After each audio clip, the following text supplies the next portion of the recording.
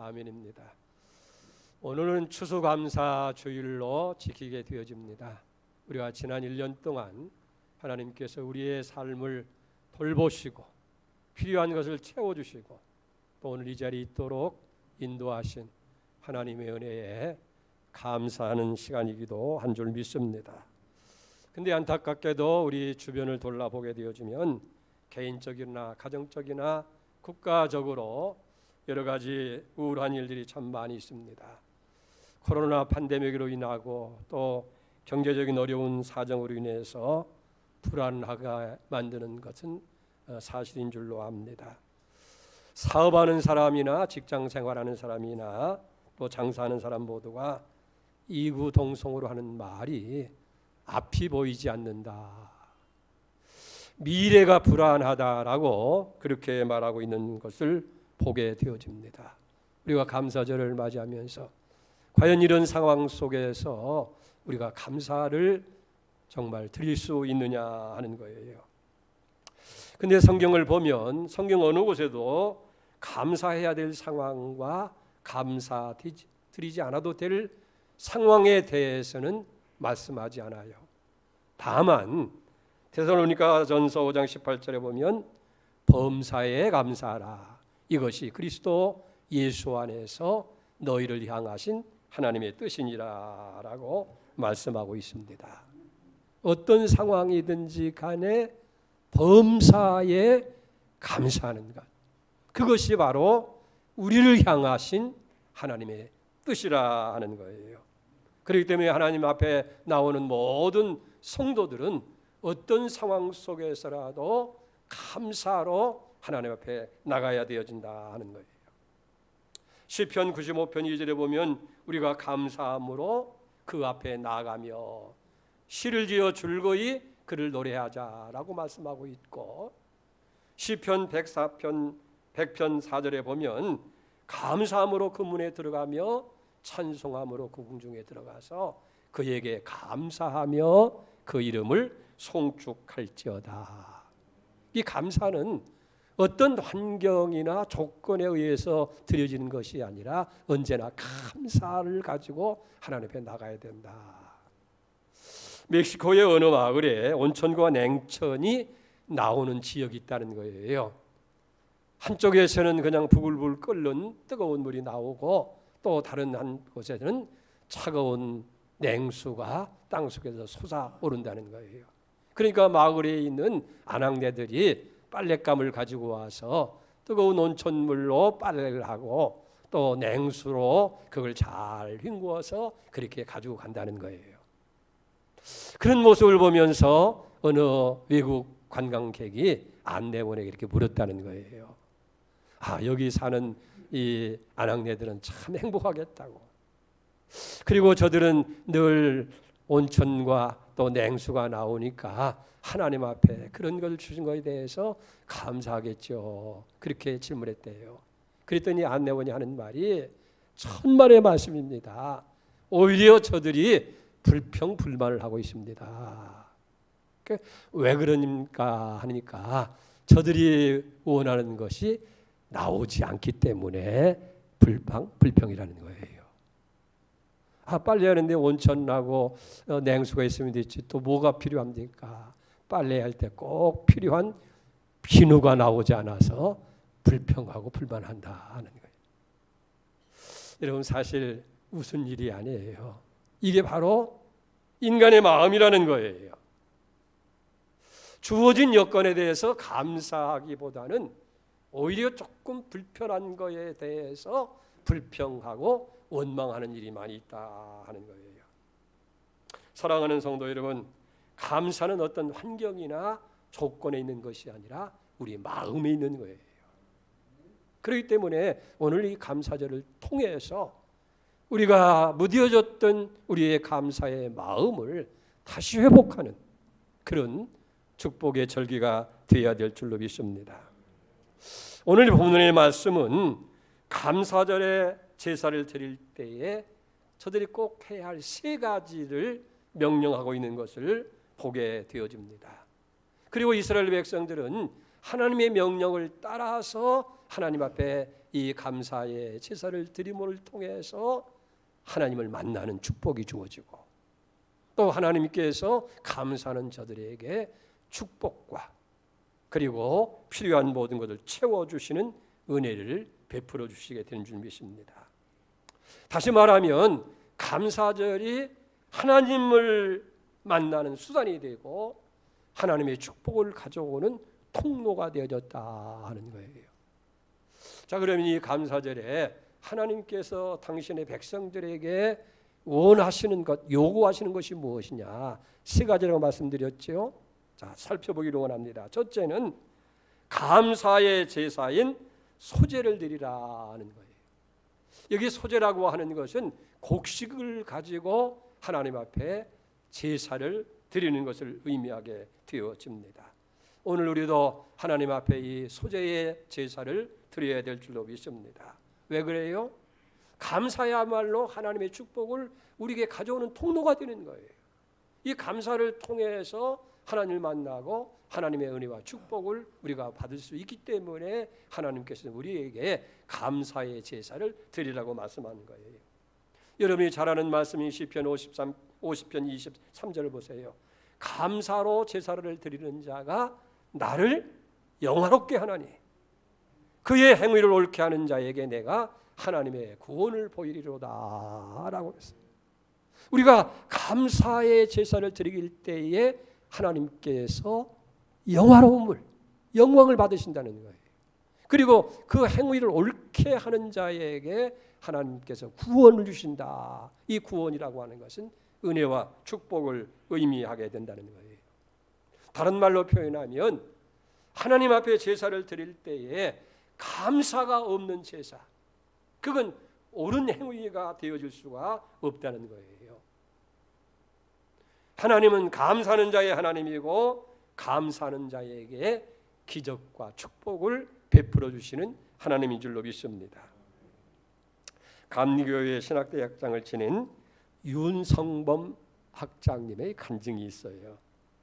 어느 날 제자 중 한 사람 목사님이 찾아오셨다는 거예요. 개척교회를 어렵게 하는 이 목사님이신데 너무 목회가 어려웠던지 그 목사님의 아내가 불치병을 앓았다는 거예요. 엎친 데 겹친적으로 사람을 만나기를 싫어하고 우울증과 절망으로 인해서 실어증, 말을 못하는 실어증을 걸려서 누워있다는 거예요. 그러면서 목사님 어쩌면 좋겠느냐 그 학장에게 그런 면담을 요청해 왔다는 거예요. 근데 이 이야기를 다 듣고 난 이 윤성범 학장님께서 다른 얘기를 하지 아니하고 대학 노트 한 권을 주면서 그렇게 얘기하는 거예요. 이걸 갖다가 사모에게 드리고 감사가 생각날 때마다 여기다 적으라고 그러더래요. 그래서 그 학장님의 말씀이기 때문에 그 노트를 가지고 와서 학장님을 만났는데 여보 감사가 생각날 때마다 하나씩 적어라. 그 얘기를 들은 사모가 기가 막혔어요. 아 지금 내 처지 이런 처지에 무슨 감사가 있겠느냐. 그래도 존경하는 학장님께서 무슨 뜻이 있어서 그렇게 하실 거다 생각하면서 그래 뭔가 감사의 조건 한번 찾아보자.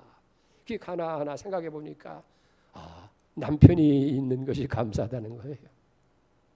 사랑하는 자식들이 있는 것도 감사하고 굶는 사람도 있다는데 먹을 양식이 있다는 것이 감사하고 어려운 교회지만은 그래도 하나님께 예배드릴 수 있는 교회가 주어진 것이 감사하고 세상에 믿을 것 의지할 것 없지만은 하나님을 의지하는 믿음이 있는 것 생각할 때 감사하고 처음에는 감사가 하나도 없는 줄 알았더니 하나하나 생각하면서 이 감사를 기록하다 보니까 이 대학 노트에 빼곡하게 적을 정도의 많은 감사들이 나오더라는 거예요. 이렇게 감사할 일이 많다는데 깜짝 놀랐습니다. 그런데 더 놀라운 일은 감사 내용을 기록하는 동안에 그의 불치의 병이 고침을 맞는 거예요.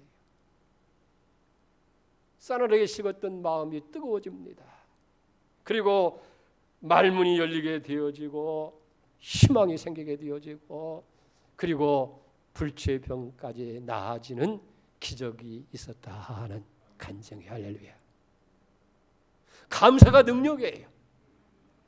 하나님께서 감사하는 자가 하나님을 영화롭게 할 뿐만 아니라 그 행위를 하는 자들에게 하나님께 기적과 축복을 베풀어 주신다는 거예요. 자, 그런데 오늘 여기서 이스라엘 백성들이 소제로 하나님 앞에 감사의 제사를 드릴 때 어떻게 하라고 했느냐 보면 17절을 보세요. 너희 초소에서 10분지 2 에바로 만든 떡 2개를 가져다가 흔들지니 이는 고운 가루에 누룩을 넣어서 구운 것이요 이는 첫 요제로 여호와께 드리는 것이며 그랬어요. 감사의 제사 소제를 드릴 때에 곡물로 드리는데 2가지 방법이에요. 하나는 그 곡식 나달을 빻아서 가루를 만들라는 것이고 그 빻은 가루에 누룩을 넣어서 빵을 만들어서 하나님 앞에 흔들면서 요제로 드리라 하는 거예요. 가루를 빻습니다. 잘 빻아서 곡식을 빻아서 아주 고운 가루를 만들고 거기에 누룩을 넣어서 부풀려서 빵을 만들어 가지고 하나님 앞에 나와서 막 아래 위로 흔드는 거예요. 그러면서 하나님 아버지 감사합니다. 추수할 곡식을 주셔서 감사합니다. 양식 있게 해서 감사합니다. 그렇게 흔들어서 하나님 앞에 감사를 드렸다 하는 거예요. 근데 여기 곡식 나달을 빻아서 요제를 소제를 만든다고 하는 여기에 아주 귀한 의미가 있어요. 상징적인 의미가 있다 그런 얘기예요. 이 요제를 드릴 때에 곡식을 빻지 아니하면 그것으로 빵을 만들 수가 없다는 거예요. 여러분 여기에 상징적인 의미는 뭐냐 하면 우리의 삶과 우리의 마음도 곡식 나달을 빻은 것처럼 그렇게 빻아서 가루를 만들어야 된다는 거예요. 쉽게 얘기하면 우리 삶 전체를 뭉쳐서 보지 말고 하나하나 쪼개고 빻아서 그것을 살펴보라 하는 얘기예요. 그 이상한 것은 우리의 삶을 자꾸 빻으면 빻을수록 쪼개면 쪼갤수록 더 멋진 인생, 더 아름다운 감사의 인생을 살 수 있게 되어진다 그런 얘기예요. 영국 사람이면서 성서주석가인 매튜 헤일리라고 하는 목사님의 간증이 있습니다. 이분이 길을 가다가 강도를 만났어요. 강도가 칼을 보게 되면서 있는 거 다 내려놔서 가지고 있던 돈과 지갑을 몽땅 다 뺏겼어요. 근데 이 목사님이 그런 상황 속에서 원망 불평하지 아니하고 4가지를 감사했다는 거예요.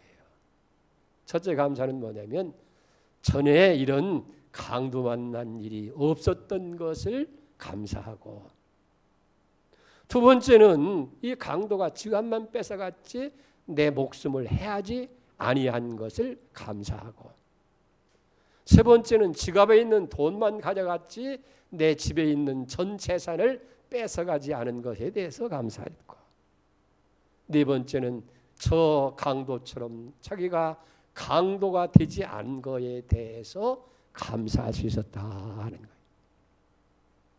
여러분, 이 매튜 헬리라고 하는 이 목사님이 강도를 만나서 있는 것 다 몽땅 지갑과 함께 뺏겼을 때에 어떻게 감사를 할 수 있겠어요?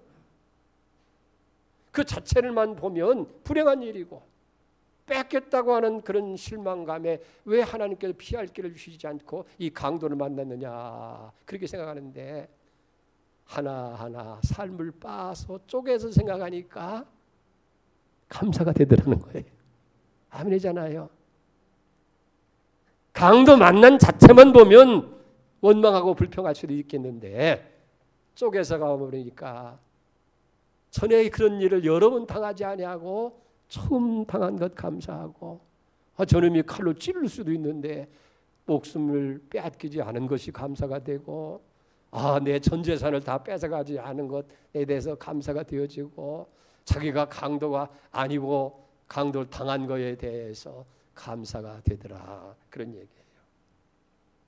사랑하는 성도 여러분, 쪼개면 우리 삶 가운데도 불평하고 원망할 수밖에 없는 그런 상황이라 할지라도 그 안에 감사가 있더라고 말이에요. 그 안에 멋진 삶의 흔적들이 보이더라는 얘기예요. 그래서 여기 이스라엘 백성들이 하나님 앞에 소제로 곡식으로 제사를 드리게 되어질 때에 그냥 하는 것이 아니라 곡식 나달을 잘 빻아서 고운 가루를 만들고 누룩을 넣어서 거기에 빵을 만들어서 흔들어서 요제로 드린 것처럼 우리 인생들이 우리의 삶을 그냥 이 자체로 생각하지 말고 잘 빻고 쪼개고 보다 보면 가루를 만들어 보다 보면 그 안에 얼마든지 감사한 일이 있고 귀한 일이 많이 있다는 얘기예요. 자, 우리가 그렇게 쪼개게 될 때에 병들어도 감사한 거예요. 왜? 질병 가운데도 하나님의 섭리가 있기 때문에 감사하는 것이고, 실패하더라도 그 실패 속에서 감사가 오는 거예요. 이 실패를 통해서 깨닫게 하시고 회개하게 하시고 하나님 더 의지하게 하시고 하나님에 더 가까이 나갈 수 있게 하시니 실패도 은혜로구나. 그래서 실패를 주신 하나님을 감사하게 되는 거예요. 고난과 역경 속에서도 감사할 수 있다는 거예요. 그래서 빻아보니까 쪼개고 보니까 곡식을 쪼개서 가루로 만들어서 빵을 만들어서 하나님 앞에 흔들면서 요제로 드린 것처럼, 사랑하는 성도 여러분, 이 감사절에 그저 팬데믹이고 경제가 어렵고 그런 생각만 한다고 한다면 원망 불평할 수밖에 없고 이 시대에 대해서 사람들에 대해서 원망할 수밖에 없지만은, 그러나 우리 삶을 잘 쪼개고 뽀개보면 그런 가운데서도 우리가 하나님 앞에 설 수 있다고 하는 것에 대해서 감사할 수 있게 될 줄 믿습니다. 오늘 여러분들의 삶도 잘 빻아서 쪼개서 하나님 앞에 요제로 흔들어 감사하는 그런 축복이 있기를 주로 축복합니다. 그 다음에 18절을 봅니다.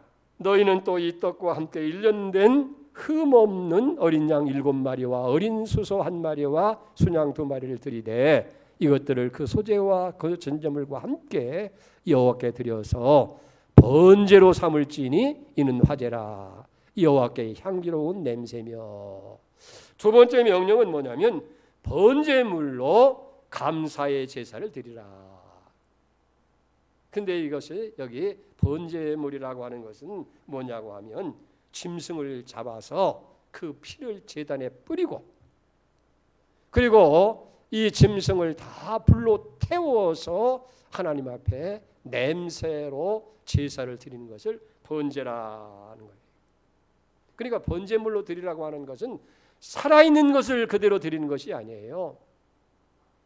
번제를 드리기 위해서는 살아있는 생명을 죽여야 하는 일이 먼저 있어야 돼요.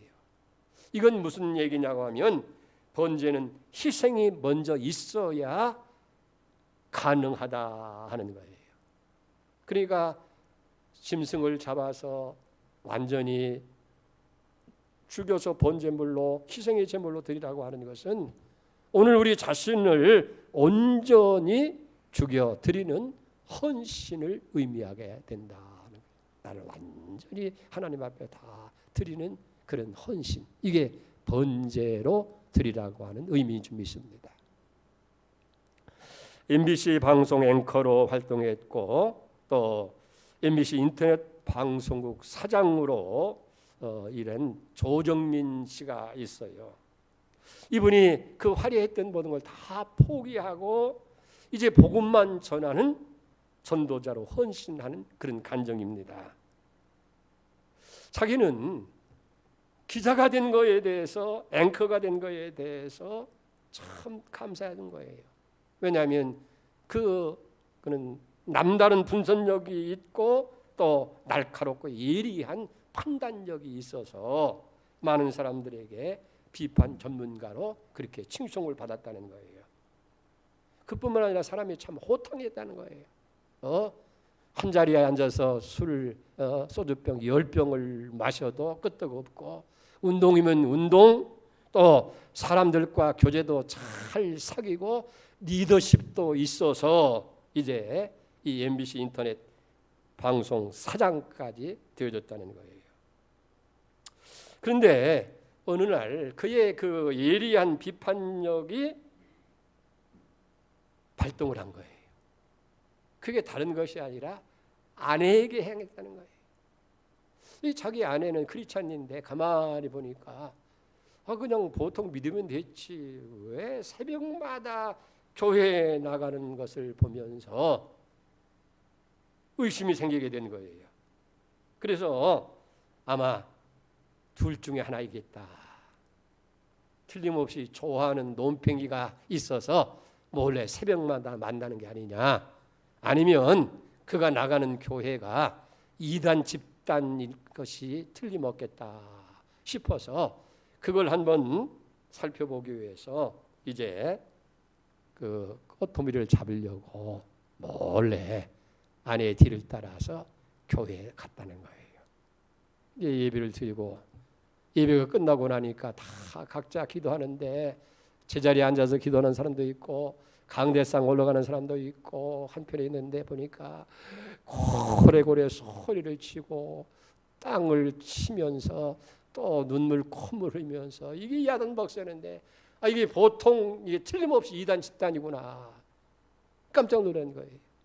그래서 그가 생각할 때 이건 틀림없이 사회적으로 고발을 해야 할 그런 집단이구나 해서 그걸 다 취재해가지고 PD수첩에다가 이제 방송하려고 이제 매일 가서 사진을 찍고 녹음을 하고 영상을 만들어 편집을 하면서 그렇게 나갔다. 근데 네 번째 되는 날 아침에 이 조정민 산이라는 사람이 하나님을 만납니다. 그리고 그의 삶이 완전히 바뀌어지게 되어지는 거예요. 복음의 헌신자가 됩니다. 어떻게 이렇게 이런 헌신자가 됐느냐 하는 것은 하나님을 만나니까 그렇게 된 거예요. 하나님을 만나고 나니까 비판만 가지고는 개인이나 사회를 변화시킬 수 없다고 하는 것을 깨닫게 되어지고, 남을 분석하고 비판하다 보니까 자기 자신의 심정이 영혼이 메말라가는 것을 점점 느끼게 됐다고 말이에요. 그래서 그는 모든 것을 다 던져버리고 이제 온전히 하나님을 헌신하는 자로 바뀌게 된 거예요. 지금은 목사가 돼서 목회에 힘쓰게 되어집니다. 이 조정민 목사는 CGN TV, 여러분 237번 그 온누리교회에서 하는 TV 나오잖아요. 그 대표적인 우리 기독교 TV인데 거기 대표이사가 되어졌고, 또 베이직 교회라고 하는 교회를 개척해서 담임 목사로 자기가 만난 하나님, 그리고 복음을 전하는 그런 헌신자로 변화되어졌다 하는 거예요. 사랑하는 성도 여러분, 어떻게 이 사람이 이렇게 변화가 되어졌어요? 하나님을 만나는 만남입니다. 그 만남이 어디서 이루어졌느냐면 이스라엘 백성들이 감사의 제사로 헌신을 드릴 때에 그런 역사가 일어났다 하는 거예요. 그런데 여기 헌신의 역사라고 하는 것은 그냥 하는 것이 아니라 번제물로 드릴 때, 그 번제물이 뭐예요? 아까 말씀드린 대로 짐승을 죽여야 되는 거예요. 그를 피를 뽑아서 제단에 뿌리고 그 다음에 내장을 다 긁어내고 그 다음에 그 깨끗한 그런 몸뚱아리를 전부 다 불로 완전히 태워서 여기 드리게 되어진다 하는 거예요. 여기에 귀한 상징적인 의미가 있습니다.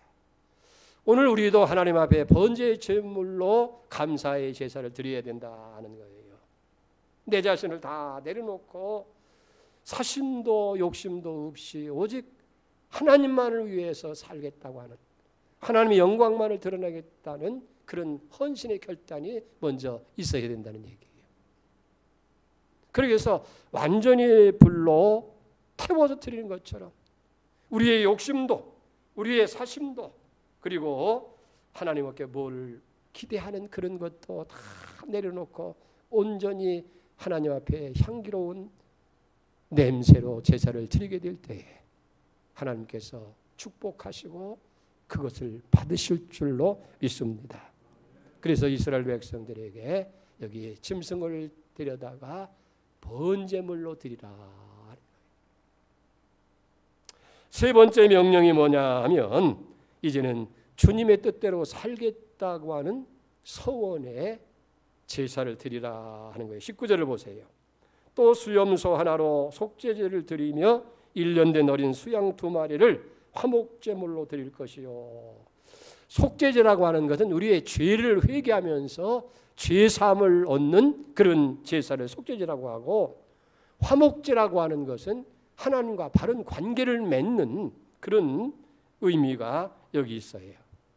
이제부터는 하나님과 죄의 문제가 해결됐으니까 하나님과 바른 관계가 정립되어졌다 하는 그런 의미인데, 이 화목제 속에는 하나님께 서원하고 결단하는 의미가 거기 내포되어 있다 하는 거예요.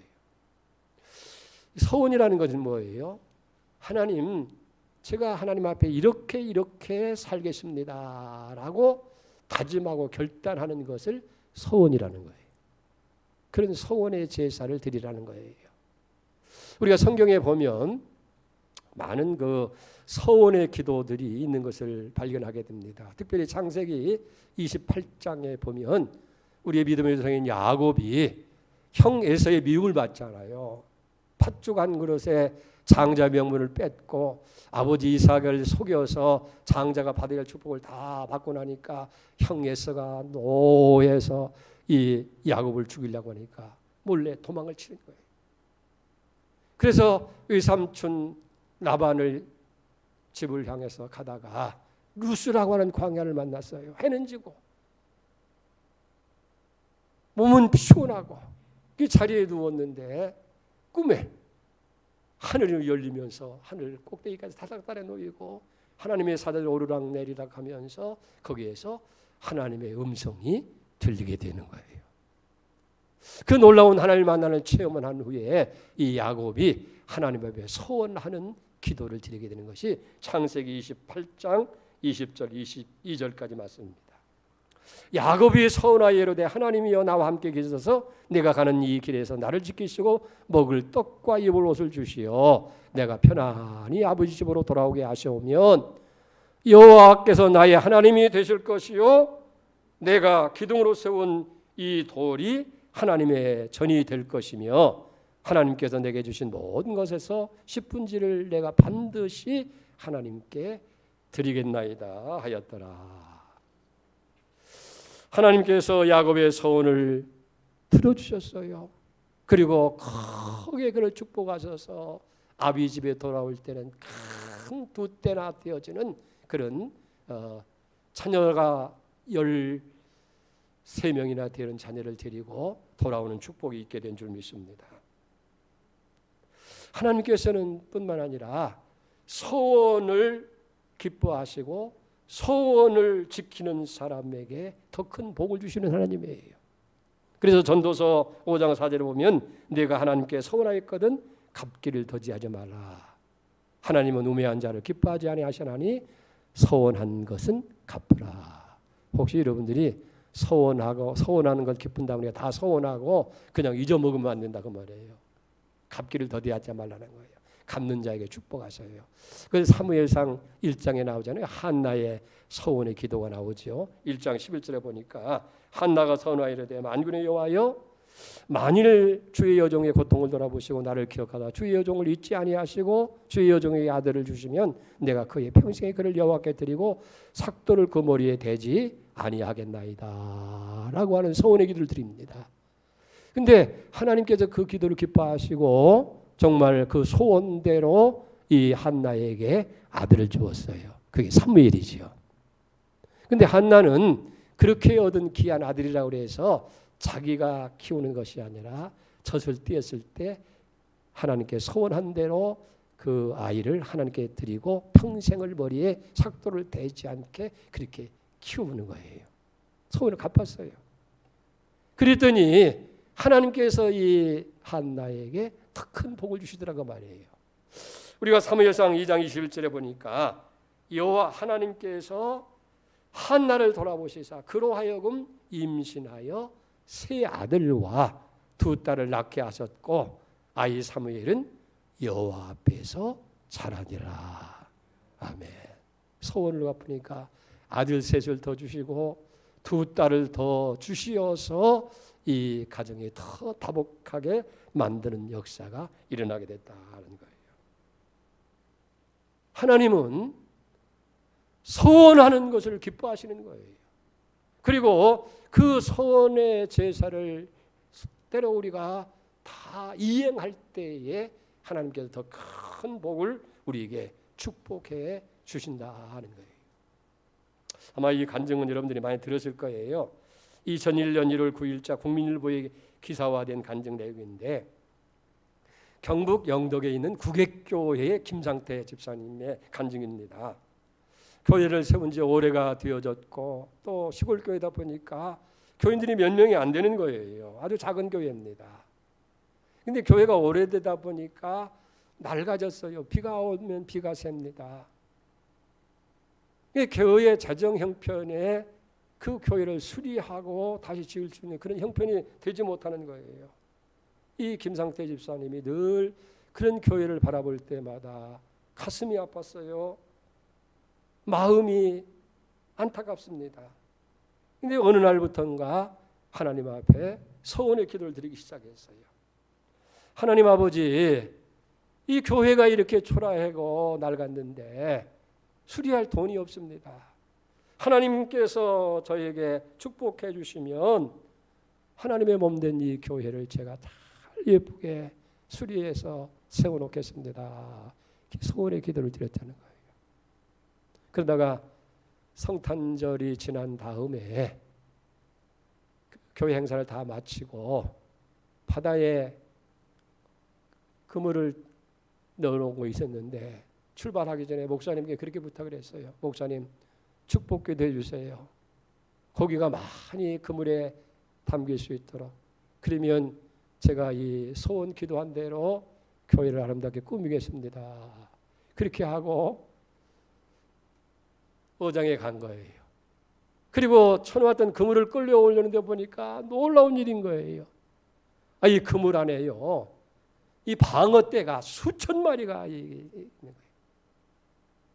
그걸 다 이제 모아서 잡아다가 수협에 있는 어판장에 팔으니까 4억 원어치네요. 4억.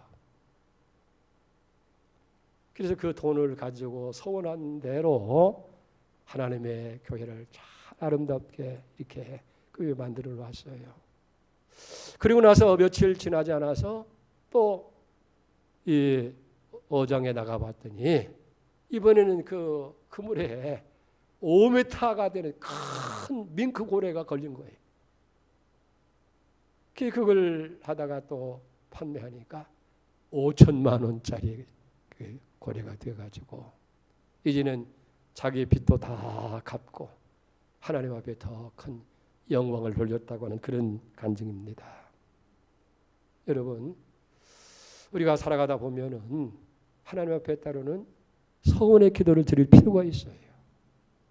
정말 우리의 마음을 담아서 한나가 간절히 기도한 것처럼 여기 김상태 집사님처럼 하나님 앞에 그런 소원의 기도를 드리게 될 때에 하나님께 그걸 기뻐하시고 그 소원의 기도를 들으시고 하늘의 신령한 복으로 이 땅에 기름진 것으로 채워주실 줄로 믿습니다.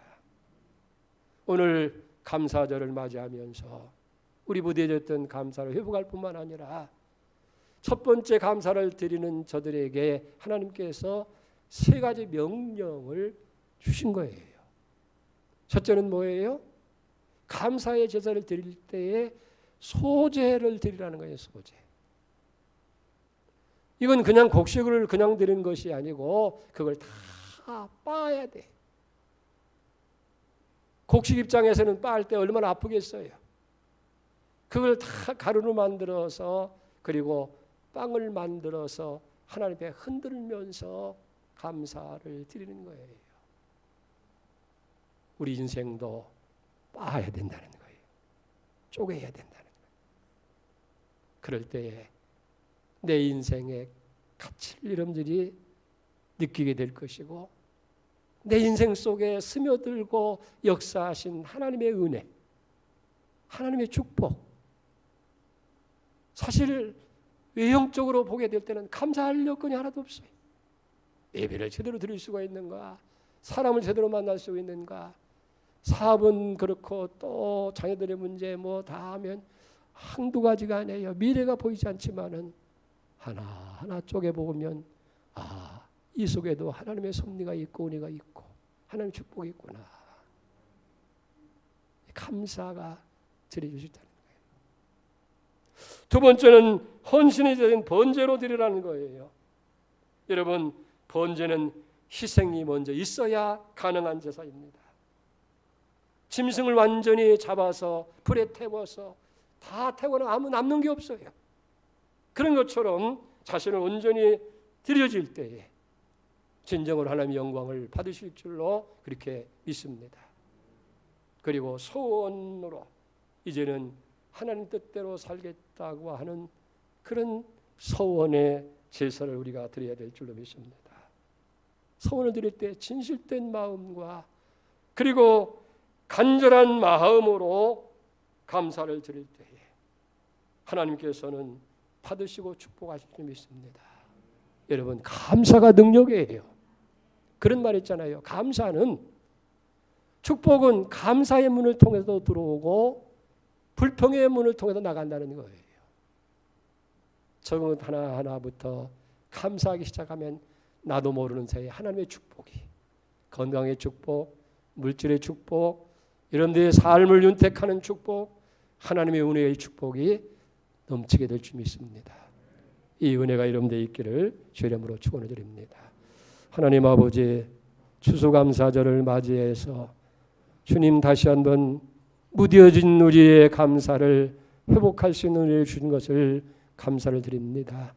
이스라엘 백성들이 감사제를 드릴 때에 세 가지 주신 명령, 곡식을 빻아서 빵을 만들어서 흔들어 요제로 하나님께 드리게 하셨고, 하나님 짐승을 잡아서 완전히 태워서 헌신하는 번제의 제사를 드리게 하셨고, 소원하는 제물로 드리게 될 때에 하나님께서 기뻐 받으시고 저들을 축복하신 줄로 믿습니다.